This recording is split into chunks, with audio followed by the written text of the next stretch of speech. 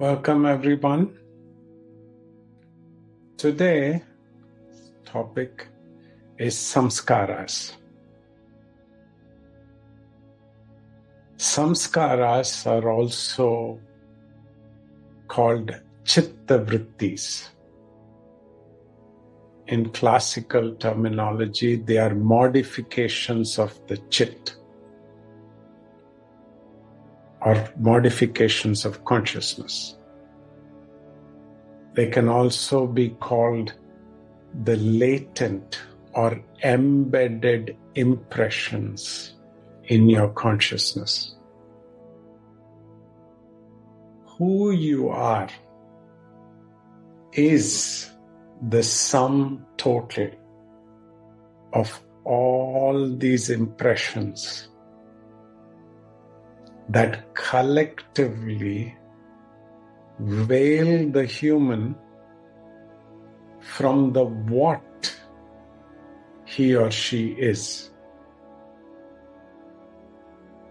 What you are at the core is divine. But on the surface, all you know is the action caused by these impressions.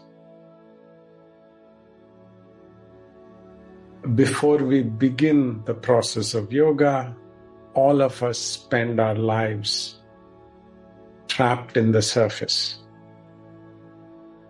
by these impressions. It's only when you begin the process of yoga, whether you do it consciously because you set out to, or in the process of life, you enter yoga and you start becoming aware of your true nature, of your consciousness that's below the surface, unpatterned. Only then do you realize that your personality is just on the surface, that you are much, much more. These samskaras control your life. You can say they are the result of unfinished or unexperienced desires stored in the subtle body. But there are also mental forms, intellectual forms stored. The result of impressions you accumulated through mental processes. In traditional terms, these samskaras are broadly divided into pleasure-inducing or pain-inducing.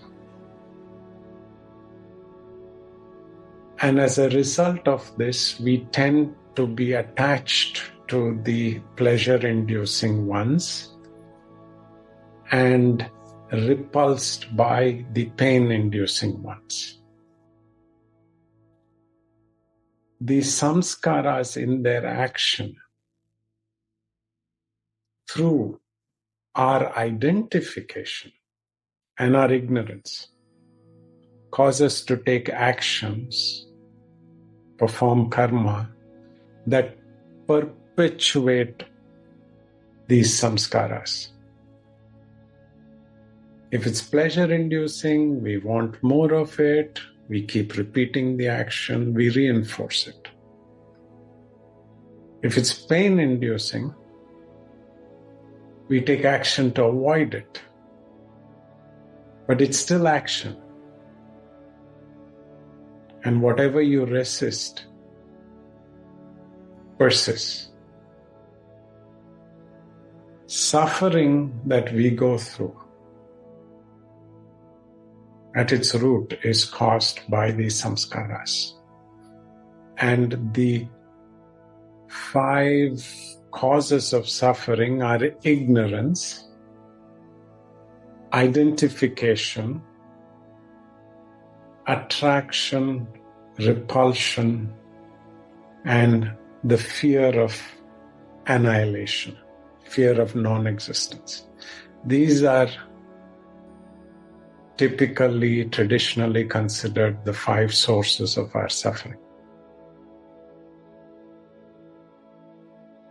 These samskaras you can think of as aspects of your personality because they are you, a portion of you that you created. You created this impression or imprint or modification in your consciousness out of ignorance.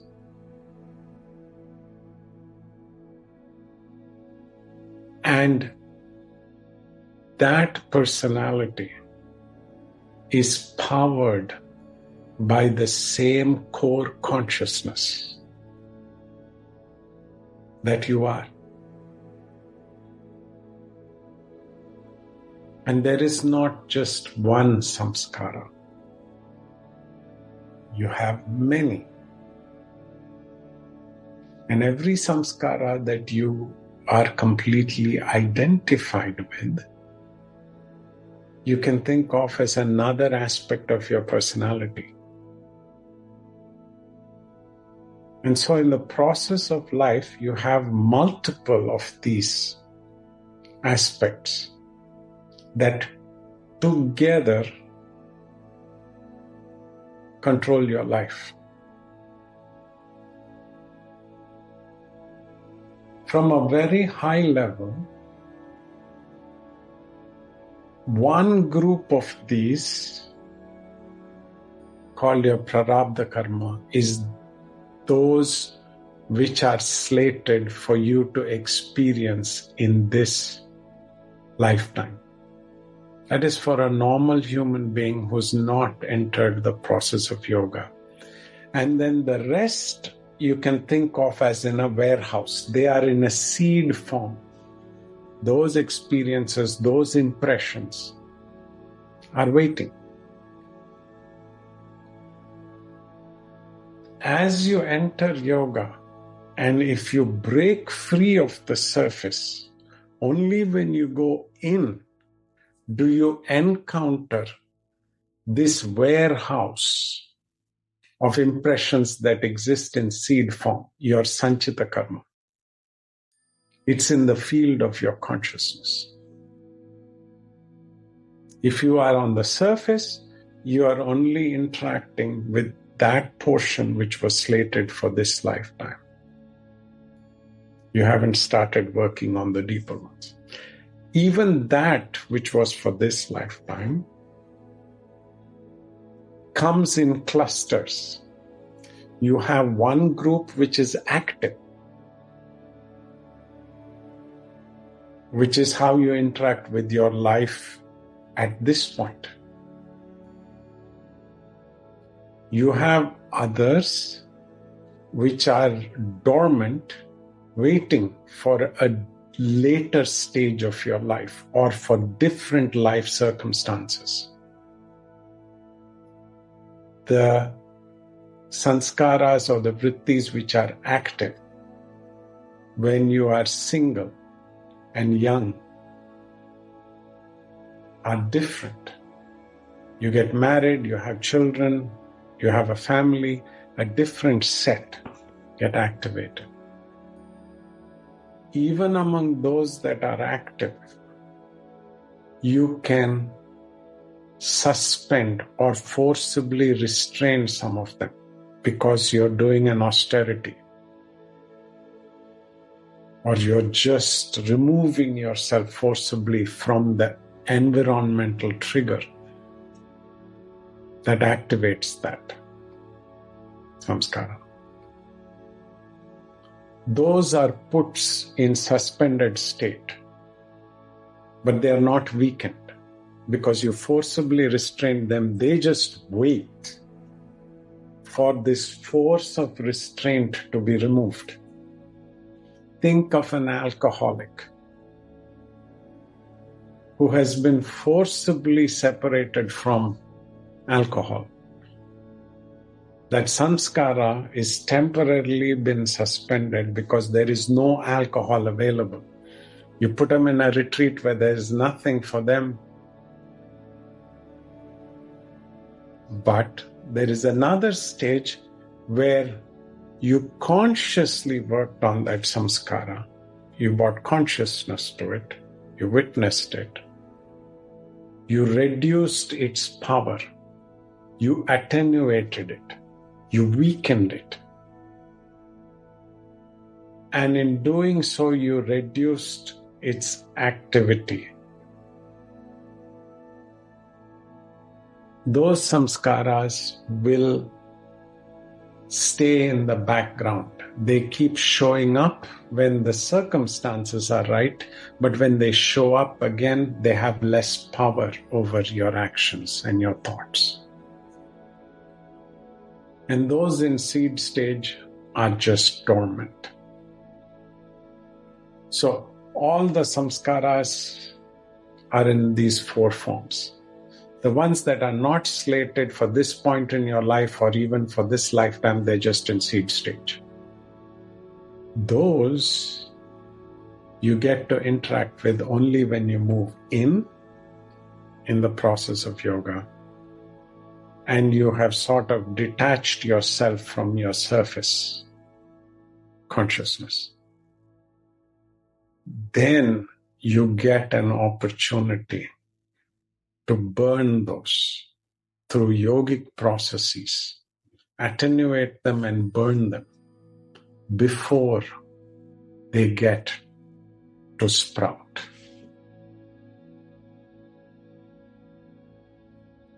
A samskara gets activated or sprout through interacting with life, through signals that come from Prakriti, from nature.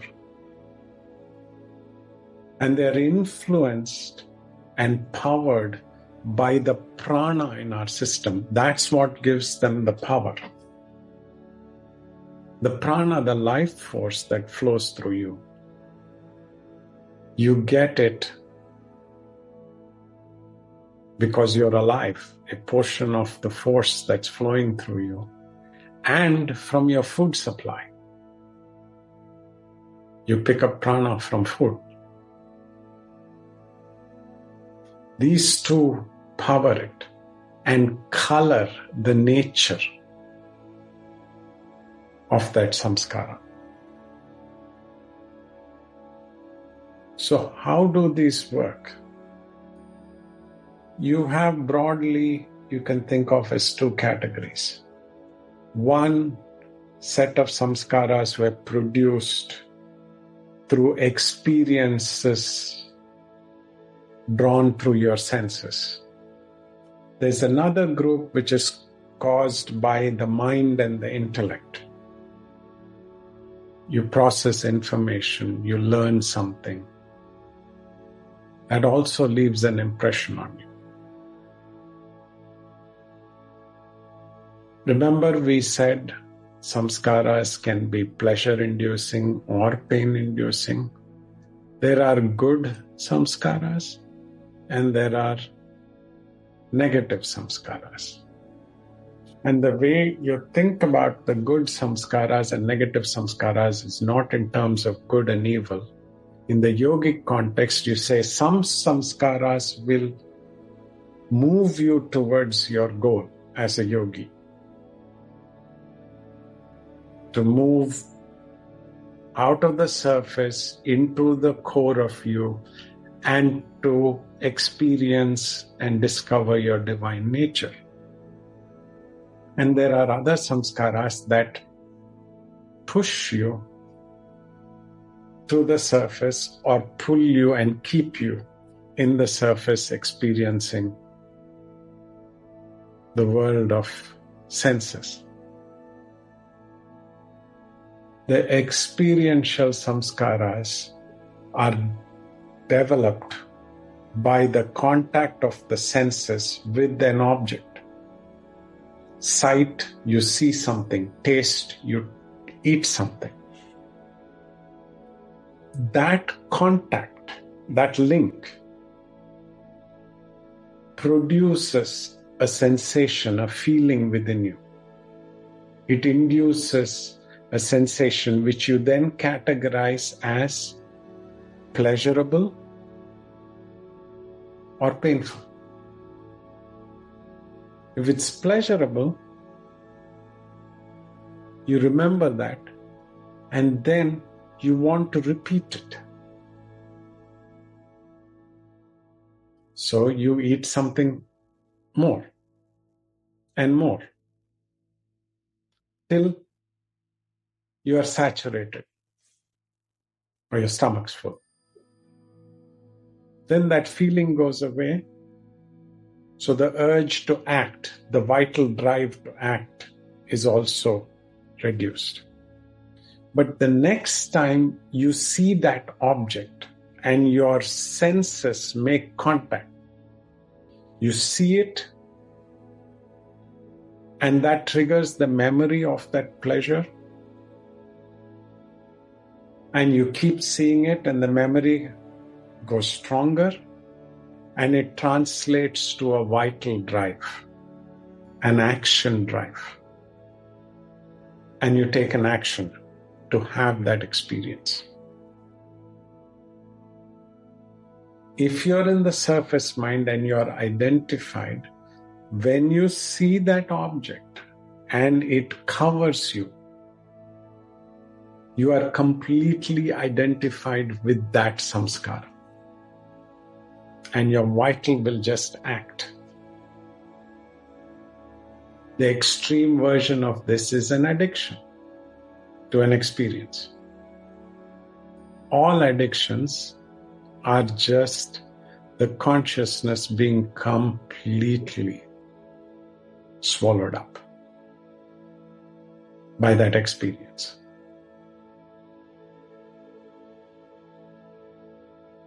Now, you can have impressions in your mind. All of us, as we grew up, were taught certain things. You didn't experience them, you were just taught. Beliefs, knowledge, certain things you picked up from your religion, your culture, your parents. All of those leave impressions. And they filter what you hear, what you read. All of these leave impressions. And they either reinforce what is already there or cause anything new to be rejected. So you're either attracted or repulsed. What happens? You are seeing the acceleration of that process when an algorithm keeps feeding you only what you like. Now you are accelerating that loop of reinforcing an impression, because you're only feeding your mind, your consciousness, what it already believes in. So in everyday life, if you look at it from morning to night, it's not one aspect of your personality that runs your life. Of all these samskaras that are in the active bucket, at any given time, one or a small group of them control the seat of cognition, the actual seat that controls this vessel, the actions it takes, what it speaks. That group can change during the day. You wake up, there's one group in power. When you go to work, there's a different group. When you go to the gym, different one, the one that likes to exercise, right? You come home, if you have a family, you're a father, the identity changes. So you can think of your identities. If you are completely identified with an aspect of your personality, that is a samskara. Your ego is a collection of all those identities. And some of your identities are very low level. Your identity as a form, as a human, your identity with your gender, all of these are identities. Eventually, to know your true divine nature, after you go past the surface into the core, from the core you discover that fragment, or you experience the being within, the divine fragment within. And from there to experience that which is above. To go through the entire process will require us to let go of all our identifications, all our samskaras. Because what we are in truth is eternal, nameless, formless, beginningless, endless.